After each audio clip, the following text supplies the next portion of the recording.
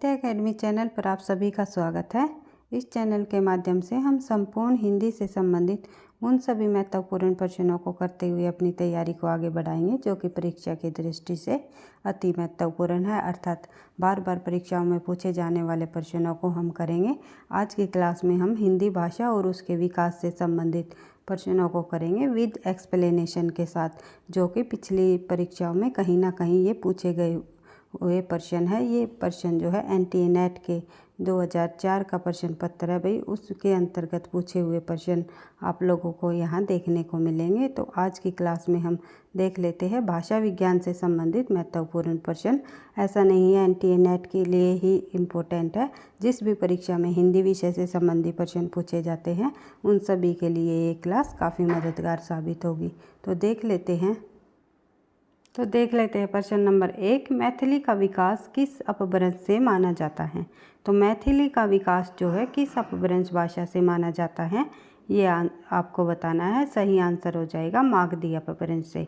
इससे संबंधित और अन्य हम तथ्य देखें तो अपभ्रंश भाषा और उपभाषा व उनकी बोलियां किस अपभ्रंश भाषा से जो है कौन सी उपभाषा निकल कर आई और फिर उन उपभाषाओं से कौन सी बोली निकल कर आई, ये आप लोगों को देखना है, क्योंकि कहीं से भी कोई भी प्रश्न हिंदी भाषा विज्ञान से संबंधित, हिंदी भाषा और उसके विकास से संबंधित परीक्षा में प्रश्न पूछा जा सकता है। तो शोरसेनी अपभ्रंश का नाम है शोरसेनी अपभ्रंश।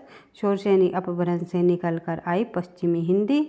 पश्चिमी हिंदी जो एक उपभाषा है शोरसेनी अपभ्रंश की। शोरसेनी अपभ्रंश से पश्चिमी हिंदी उपभाषा निकल कर आई। फिर पश्चिमी हिंदी से 5 बोलियां निकल कर आई। कौन कौन सी?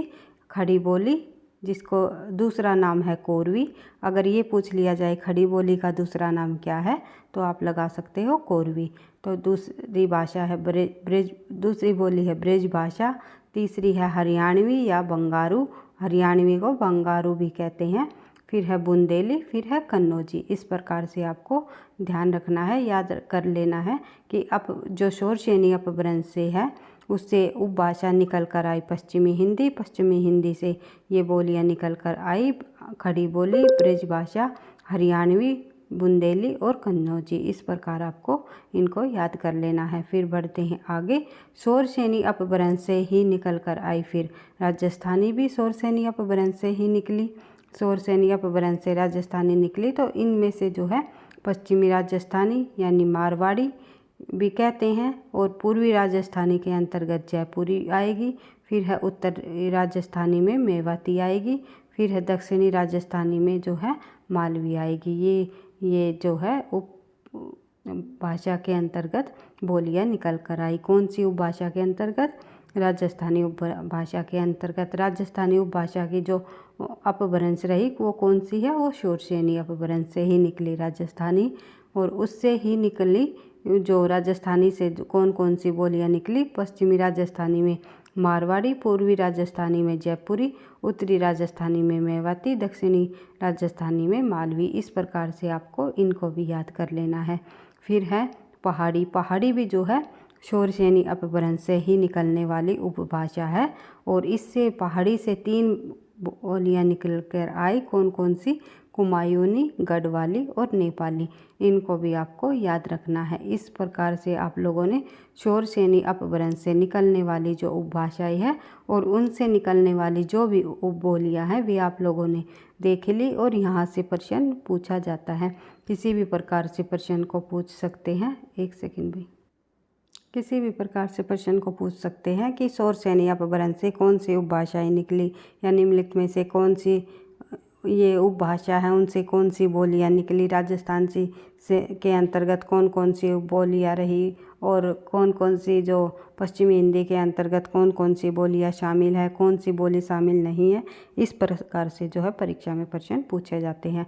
पहाड़ी हिंदी के अंतर्गत कौन कौन सी बोलियां शामिल है? तो कुमायूनी, गढ़वाली, नेपाली। इस प्रकार से प्रश्न पूछे जाते हैं। जैसे जैसे आप आगे बढ़ोगे तो जो है प्रश्न हम जो अधिक से अधिक करेंगे और उनमें आपको पता चल जाएगा किस प्रकार से परीक्षा में प्रश्न पूछे जाते हैं।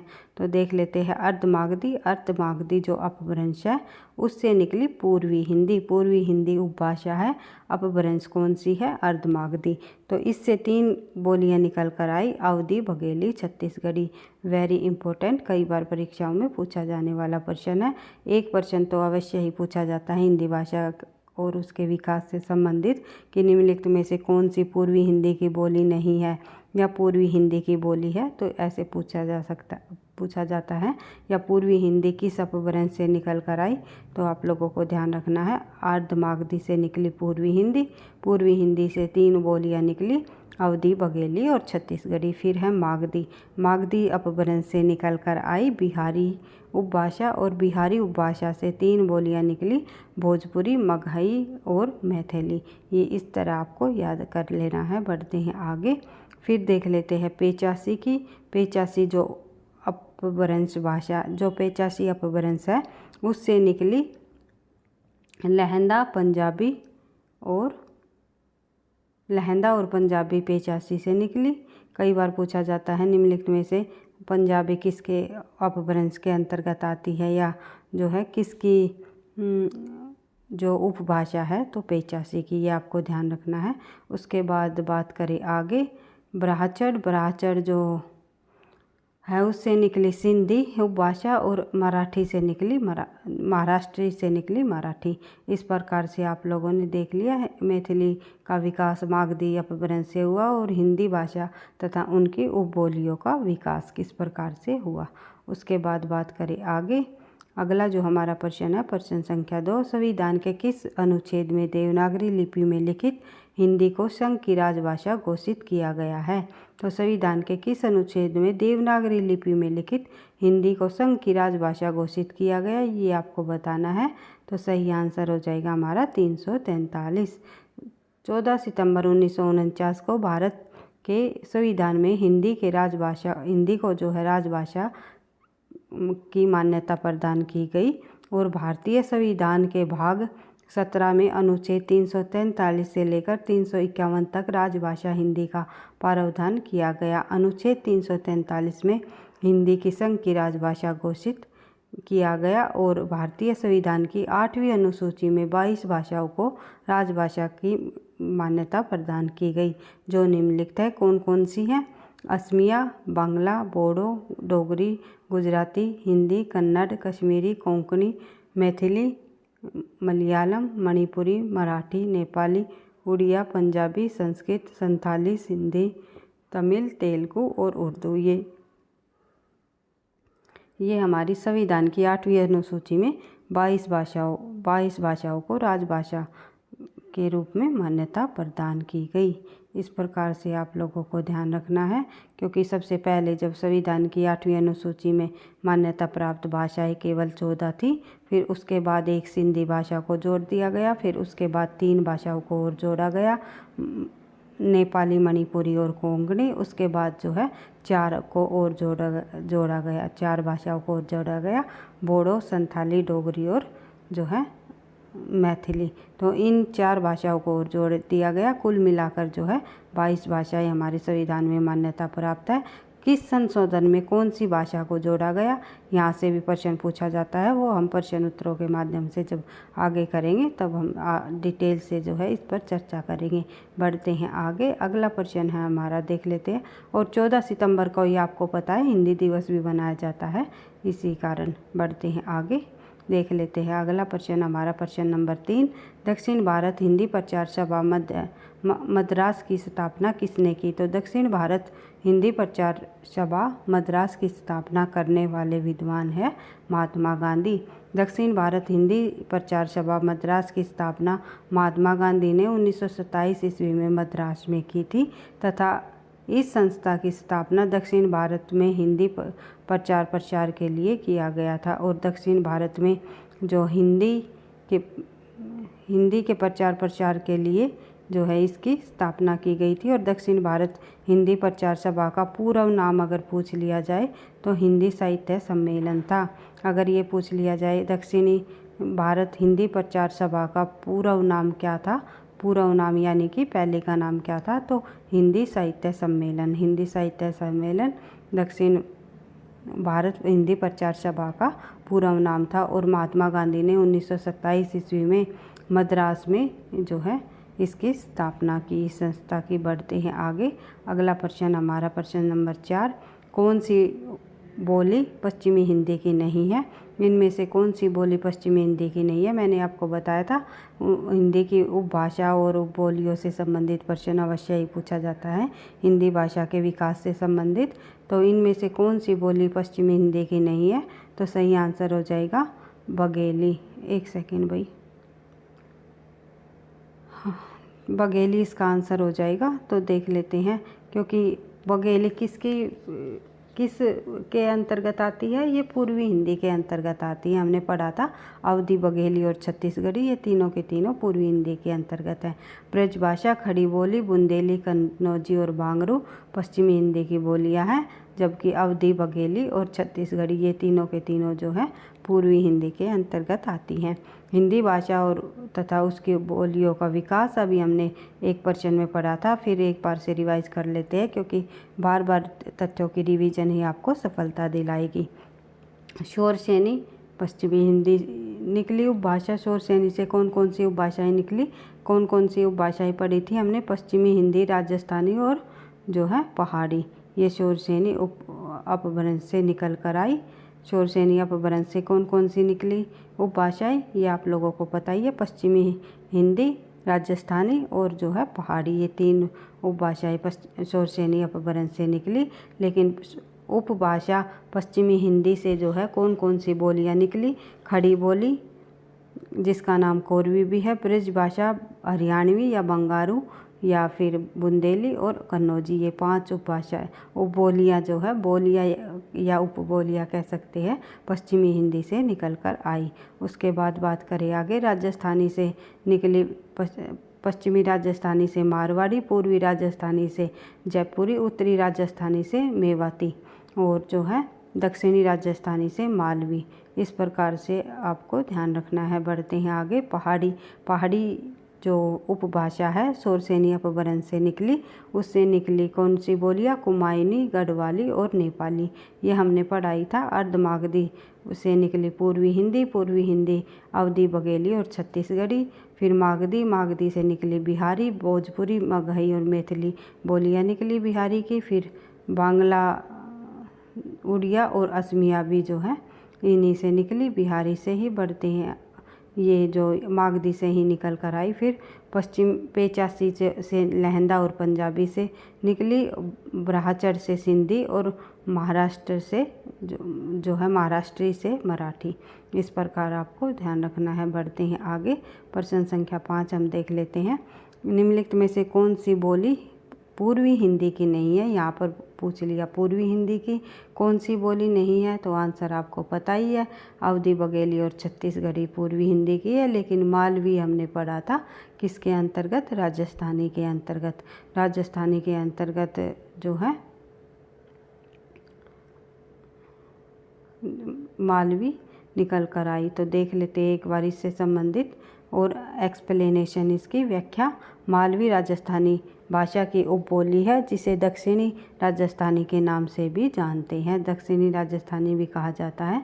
दक्षिण में निकली मालवी राजस्थानी। उसके बाद जो है अवधी, बघेली और छत्तीसगढ़ी पूर्वी हिंदी की उपभाषाएं हैं। उसके बाद देख लेते हैं, फिर वही जो तथ्य दो बार बार जब हम रिवीजन करेंगे तो आपको याद होगा।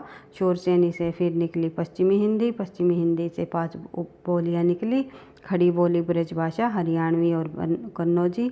फिर राजस्थानी भी राजस्थानी शौरसेनी अपभ्रंश से निकली। राजस्थानी से निकली पश्चिमी राजस्थानी से मारवी, पूर्वी से जयपुरी, उत्तरी से मेवाती और दक्षिणी से मालवी। इस प्रकार से जो आगे बढ़ते हैं तो फिर पहाड़ी से निकली कुमायूनी, गढ़वाली और नेपाली। फिर गुजराती भी वही शौरसेनी अपभ्रंश से निकलने वाली एक उपभाषा है।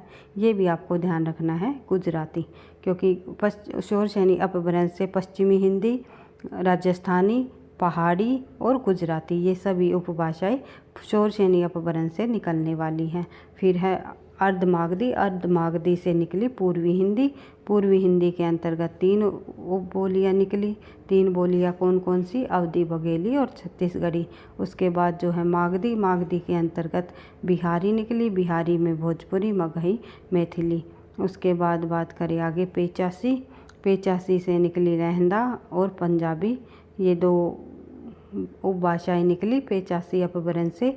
फिर सिंधी जो उपभाषा है वो निकली ब्राह्मण अपभ्रंश से। फिर मराठी जो है महाराष्ट्री अपभ्रंश से निकली। इस प्रकार से आपको ध्यान रखना है। बढ़ते आगे, एक प्रश्न है यहाँ पर, ब्रज बोली का प्रयोग कहाँ हुआ? तो ब्रज बोली का प्रयोग आप लोगों को बंगाल में हुआ। आप लोगों को यहाँ ब्रज भाषा या ब्रज क्षेत्र में नहीं लगाना है। कई बार पूछ लिया जाता है ब्रज बोली का जो संबंध किससे है, तो वहाँ पर दे दिया जाता है ब्रज भाषा से या फिर बंगाल की कोई बोली से, बंगाल की बोली से। तो वहाँ हमारा आंसर होगा बंगाल की बोली से। यहाँ पर ब्रज बोली का मतलब कोई भाषा नहीं है, कोई जो वो नहीं है, ब्रज से संबंधित नहीं है, ब्रज भाषा से संबंध नहीं है ब्रज बोली का। यहाँ बंगाल से संबंध है इनका।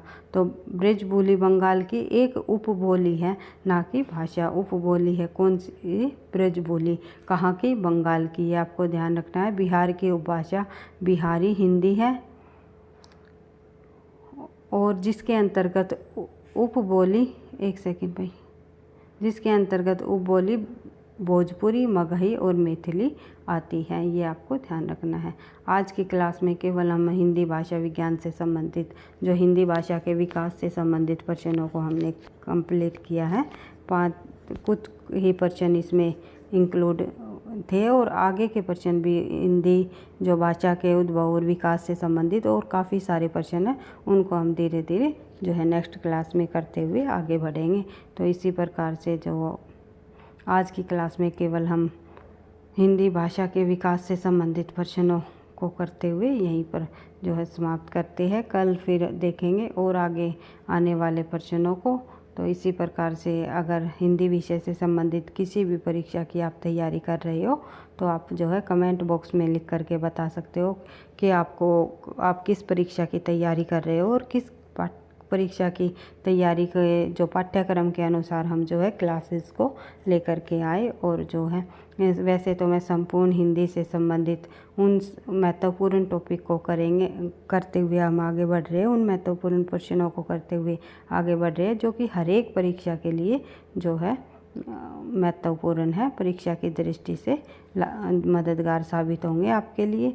लेकिन फिर भी आप स्पेशल ये जो है इंक्लूड कर सकते हो कमेंट बॉक्स में कि आपको किस तरह से जो है क्लासेस चाहिए। तो मैं ज़रूर आप लोगों की डिमांड पर जो है उसी पाठ्यक्रम के अनुसार क्लास को लाने की पूरी कोशिश करूँगी। तो वीडियो आपको पसंद आती है तो लाइक करना, दोस्तों के साथ शेयर करना, चैनल पर पहली बार हो तो सब्सक्राइब कर लेना। थैंक यू, धन्यवाद।